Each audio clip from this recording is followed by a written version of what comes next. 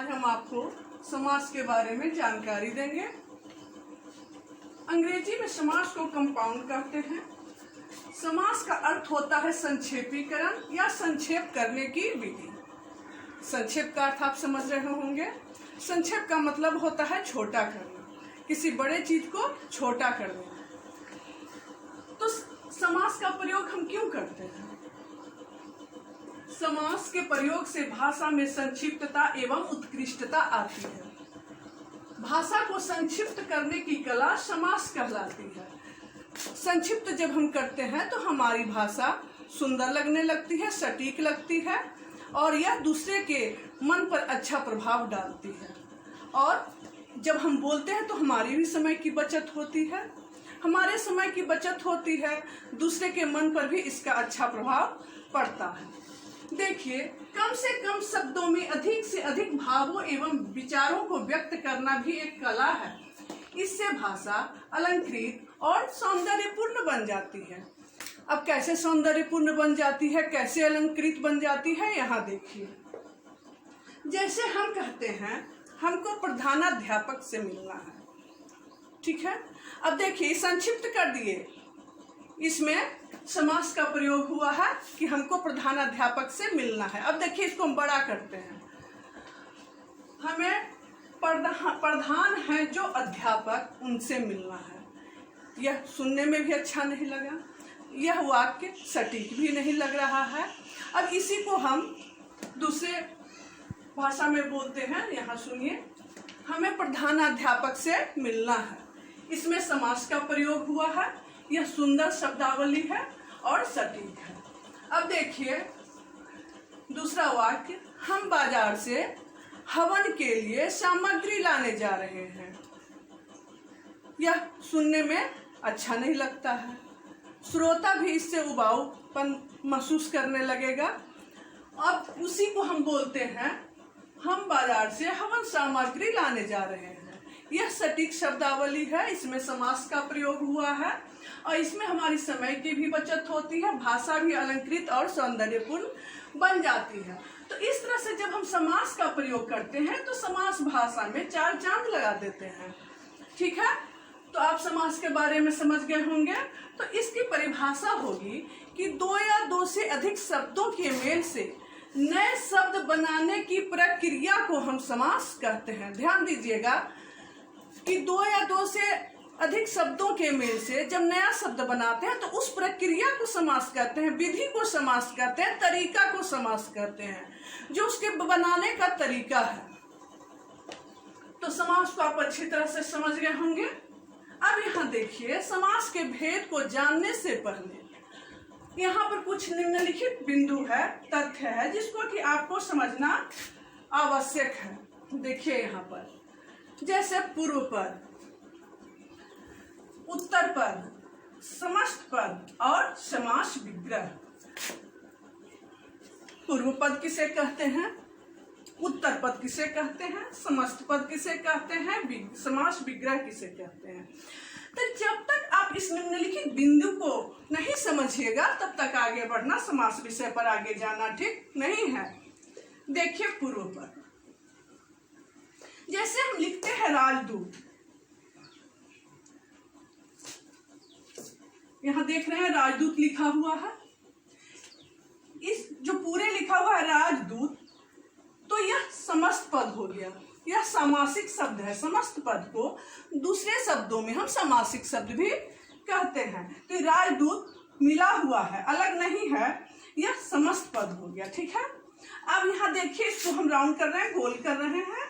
ये राज है, राज हो गया पूर्व पद, प्रथम पद है, पहला पद, ये राज हो गया। अब दूत यहाँ लिखा हुआ है, ये दूत जो है सो उत्तर पद है, पिछला पद है। प्रथम पद, पिछला पद, ठीक है। इसको पूर्व पद भी राज को बोलेंगे और दूत को उत्तर पद बोलेंगे। अब देख लीजिए यहाँ पर विग्रह, समास विग्रह कैसे किया जाता है। यहाँ पर जब कारक का जो विभक्ति चिन्ह है, जो प्रसर्ग है, ये का, राजदूत का हम यहाँ पर विग्रह किया, राजा का दूत। एक का जो है यहाँ पर कारक का विभक्ति चिन्ह है और ये समास विग्रह हो गया। तो राजा का दूत, इसका हो गया समस्त पद राजदूत, पूर्व पद राज और उत्तर पद दूत। समझ रहे हैं? एक और उदाहरण, यथा विधि, यथा जोड़ विधि, यथा पूर्व पद, विधि उत्तर पद। ठीक है। और यथा विधि जो है साथ में लिखा हुआ है समस्त पद, और विधि के अनुसार ये समास विग्रह हो गया। समझ गए?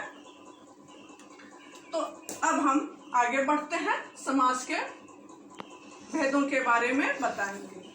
तो समास के 6 भेद होते हैं। समास के 6 भेद होते हैं। तत्पुरुष समास, अव्ययी भाव समास, द्वंद्व समास, द्विगु समास, ठीक है, और बहुव्रीहि समास, कर्मधारय समास। तो सबसे पहले हम तत्पुरुष समास के बारे में बताएंगे। तो तत्पुरुष समास क्या है? तत्पुरुष समास में प्रथम पद गौण होता है और संज्ञा होता है, और दूसरा पद प्रधान होता है। यानी पूर्व पद संज्ञा और गौण रहेगा, विशेषण रहेगा, और उत्तर पद जो है वो विशेष्य रहेगा और प्रधान रहेगा। फिर से एक बार, तत्पुरुष समास में प्रथम पद गौण होगा, संज्ञा होगा, विशेषण होगा, और उत्तर पद प्रधान होगा और विशेष्य होगा, और विशेष्य के कारण ही उत्तर पद प्रधान होता है। ठीक है। अब देखिए, तत्पुरुष समास के भी कई भेद हैं। तो इसका जो भेद है वह कारक चिन्ह के अनुसार है। तत्पुरुष समास के भेद कारक के चिन्हों के अनुसार, यानी उसका जो विभक्ति चिन्ह है, उसका जो प्रसर्ग है, उसके प्रसर्ग के अनुसार ही तत्पुरुष के भेद हैं। तो इसके भी फिर 6 भेद हैं। लेकिन कारक अभी हम बतला रहे थे कि कारक के विभक्ति चिन्ह के अनुसार, तो उसमें विभक्ति उसका 8 है, और इसका यहाँ पर तत्पुरुष समास के 6 हैं। तो अब आपको लगता होगा कि यहाँ 6 है वहाँ 8 है, तो इस बात को पहले सुन ले कि कारक का जो विभक्ति चिन्ह है उसमें सर्वप्रथम होता है कर्ता और लास्ट में होता है संबोधन। तो कर्ता और संबोधन नहीं रहेगा, फर्स्ट एंड लास्ट नहीं, सर्वप्रथम और जो अंतिम में है संबोधन, ये नहीं रहेगा।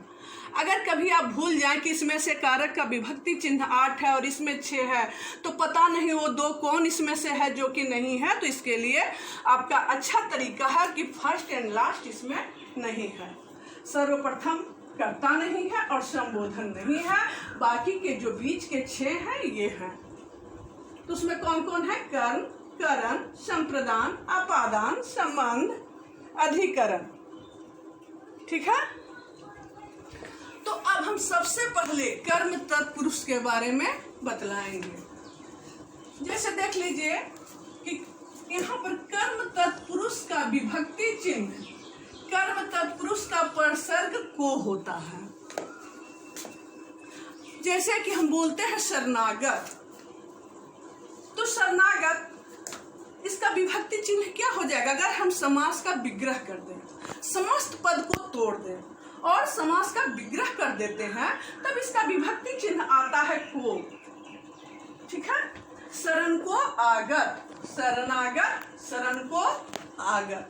अब मान लेते हैं कभी कभी कि आप नहीं समझ पाते हैं कि कौन सा तत्पुरुष समास है, तो उसको पहचानने की सबसे अच्छा तरीका है समास विग्रह कर देना। ठीक है। इसका जब हम विग्रह कर देंगे, देख लीजिए यहाँ पर, जैसे राजभक्ति। ठीक है, राजभक्ति। तो राजभक्ति नहीं समझ में आ रहा है कौन सा तत्पुरुष है, तो समास विग्रह करेंगे तो राजा की भक्ति। तो यहाँ पर की जो विभक्ति चिन्ह आया है यह संबंध तत्पुरुष है। तो ये कि यह कौन सा तत्पुरुष समास है। तो सबसे पहले हम कर्म तत्पुरुष के बारे में बतला रहे थे कि यहाँ पर जैसे शरणागत, शरण को आगत, तो यह हो गया शरणागत कर्म तत्पुरुष। तो अब आप कर्म तत्पुरुष को अच्छी तरह से समझ गए होंगे। हालांकि कर्म तत्पुरुष के 1-2 और उदाहरण को समझ लीजिए। जैसे यश प्राप्त, यश को प्राप्त, मरणासन्न, मरण को आसन्न। समझ गए? आसन मतलब होता है पहुंचा हुआ, तो यहाँ पर मरण को आसन्न। अब देखिए करण तत्पुरुष समास। करण तत्पुरुष समास, यहाँ पर करण का विभक्ति चिन्ह है से, तो तुलसी के द्वारा कृत। यहाँ पर से जो है साधन का काम कर रहा है, उसका माध्यम है से, तो तुलसी के द्वारा कृत, सूर रचित, सूर के द्वारा रचित, मन माना, मन से माना।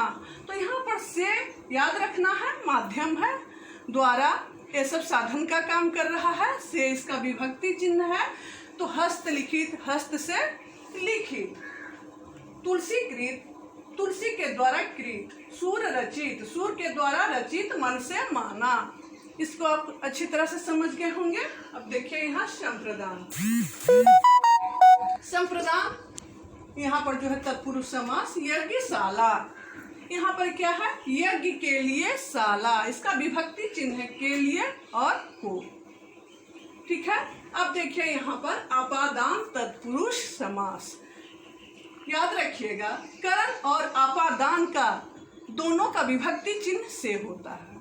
बस ध्यान रखना है कि करण का जो से विभक्ति चिन्ह है वह साधन का काम करता है, और अपादान का जो से विभक्ति चिन्ह है वह अलगाव प्रदर्शित करता है। अब आपको याद नहीं रहेगा कि करण का विभक्ति चिन्ह से किसमें अलगाव है, कौन साधन का काम करता है। अगर कभी भूल गए तो ये चीज याद रखना है कि अ से अपादान, अ से अलगाव। तो जब आप याद कर लीजिएगा कि अ से अलगाव, अ से अपादान, तो निश्चित है कि दूसरा जो है सो करण होगा। जो साथ में है, जो साधन का काम करता है, वो करण हो जाएगा। जब एक याद हो जाएगा तो दूसरा तो अपने आप याद हो जाएगा। ठीक है। ऋण मुक्त, ऋण से मुक्त, ऋण से मुक्त हो गया, अलग हो गया ऋण से, अब उसको ऋण नहीं देना है। ठीक है। पथ भ्रष्ट, पथ से भ्रष्ट, वह रास्ता से अलग हो गया है, पथ से अलग हो गया है, अलगाव दिखला रहा है। तो यहाँ पर ये आपादान तत्पुरुष समास है। और भी एक दो उदाहरण समझ लीजिए। जन्मांध, जन्म से अंधा।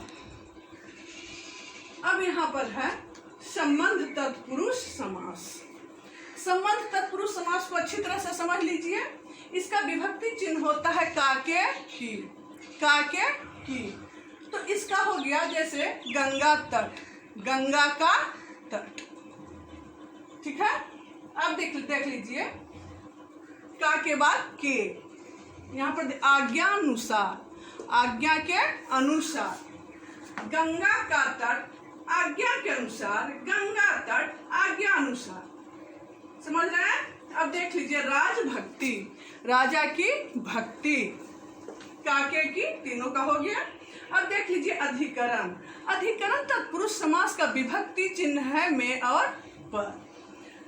घुड़सवार, घोड़ा पर सवार, अगर हम समास विग्रह करेंगे तो हो जाएगा घोड़ा पर सवार। ध्यान मग्न, ध्यान में मग्न, तो में और पर दोनों का यहाँ पर उदाहरण देख लिए। ध्यान में मग्न, ध्यान मग्न, घोड़ा पर सवार, घुड़सवार। इसको आप अच्छी तरह से समझ गए होंगे। देख लीजिए आत्मविश्वास, आत्म पर विश्वास। तो आज यहीं तक समास के और भी वेद मेरे अगले वीडियो में। तब तक के लिए